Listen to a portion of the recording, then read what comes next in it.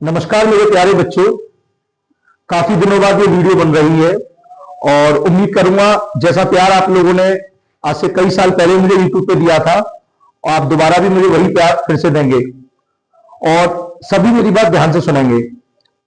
देखिए, हम लोग इस वीडियो में संधारित्र वाले चैप्टर के न्यूमेरिकलों के बारे में डिस्कशन करेंगे, क्योंकि ऑफलाइन क्लास में मैंने चैप्टर पूरा कंप्लीट करा दिया था, कुछ न्यूमेरिकल्स भी करा दिए थे, लेकिन कुछ न्यूमेरिकल्स अभी भी रह गए थे जिनको मैं यूट्यूब के माध्यम से वीडियो के थ्रू आप लोगों को मैं पढ़ा रहा हूं और आशा करूंगा आप सभी लोग ध्यान से इस वीडियो को अच्छे से देखेंगे और नोट डाउन जरूर करेंगे।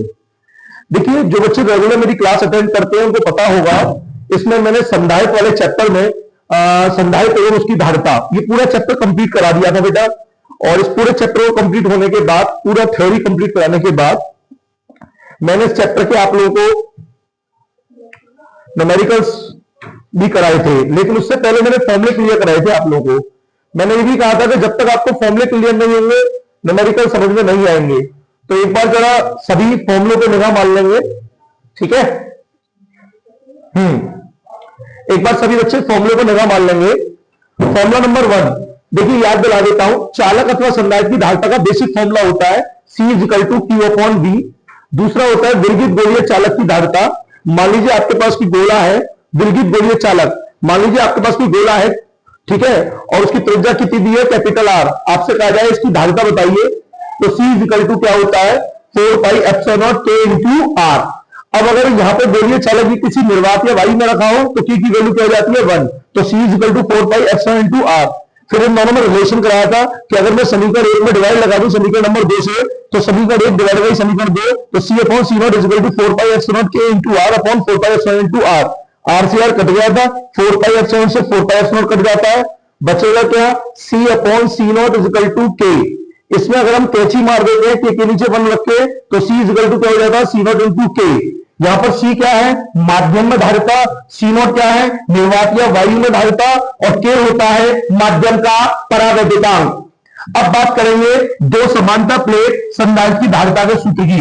देखिए, अपने पास मान लीजिए दो प्लेटें हैं, ठीक, ये दो प्लेटें हैं, एक प्लेट का नाम है A और एक प्लेट का नाम है B। ये दोनों प्लेटें बेटा एक दूसरे से कुछ दूरी पर रखी हुई है और इनका जो एरिया है वो है कैपिटल A। अब हमसे कहा जा रहा है कि दो समांतर प्लेट संधारित्र की धारिता का सूत्र बताइए क्या होगा। तो पहले तो आपको यह देखना पड़ेगा कि प्लेटों के बीच में जो परावैद्युत पदार्थ है वो पूर्ण रूप से भरा है या आंशिक रूप से, ठीक।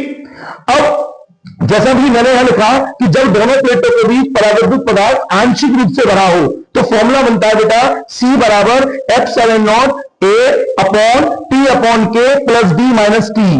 ε0 क्या होती है, निर्वात या वायु में वैद्युशीलता। ε0 क्या है, 8.85 × 10⁻12 कूलम्ब स्क्वायर प्रति न्यूटन मीटर स्क्वायर। A होता है बेटा प्लेटों का क्षेत्रफल, T होती है पट्टी की मोटाई, K होता है माध्यम का परावैद्युतांक और D होती है प्लेटों के बीच की दूरी। अगर यही परावैद्युत पदार्थ पूर्ण रूप से भरा होता प्लेटों के बीच में तो फॉर्मूला ये ना होकर क्या हो जाएगा, ये C = ε0 Ka/D। इसके अलावा अगर प्लेटों के बीच में निर्वात या वायु है तो निर्वात या वायु के लिए K का मान क्या हो जाता है, 1। तो यहां पे हो जाएगा C0 = ε0 A/D। फिर नेक्स्ट फॉर्मूला नंबर 4, चालक अथवा संधारित्र की स्थिति ऊर्जा। स्थिति ऊर्जा के दो फॉर्मूले होते हैं बेटा, एक जब आपको वोल्टेज दिया हो और एक जब आपको चार्ज दिया हो। तो स्थिति ऊर्जा के फॉर्मूले होता है U = ½ CV² या U = ½ Q²। ये दोनों ही पोटेंशियल एनर्जी के फॉर्मूले हैं। ये जब लगेगा जब वोल्टेज दिया हो और ये जब लगेगा जब चार्ज दिया हो। उसके बाद नेक्स्ट आता है बेटा दो समांतर प्लेट संधारित्र की प्लेटों के बीच ऊर्जा घनत्व। ऊर्जा घनत्व होता है बेटा आपका U = ½ ε0 Ke²। उसके बाद आता है संधारित्रों का संयोजन। संधारित्रों का संयोजन दो प्रकार से होता है, एक श्रेणी क्रम संयोजन और एक समांतर क्रम संयोजन। श्रेणी क्रम संयोजन में क्या होता है, कई सारे संधारित्र एक ही तार पर लगे होते हैं, कई सारे संधारित्र एक ही तार पर लगे होते हैं बेटा।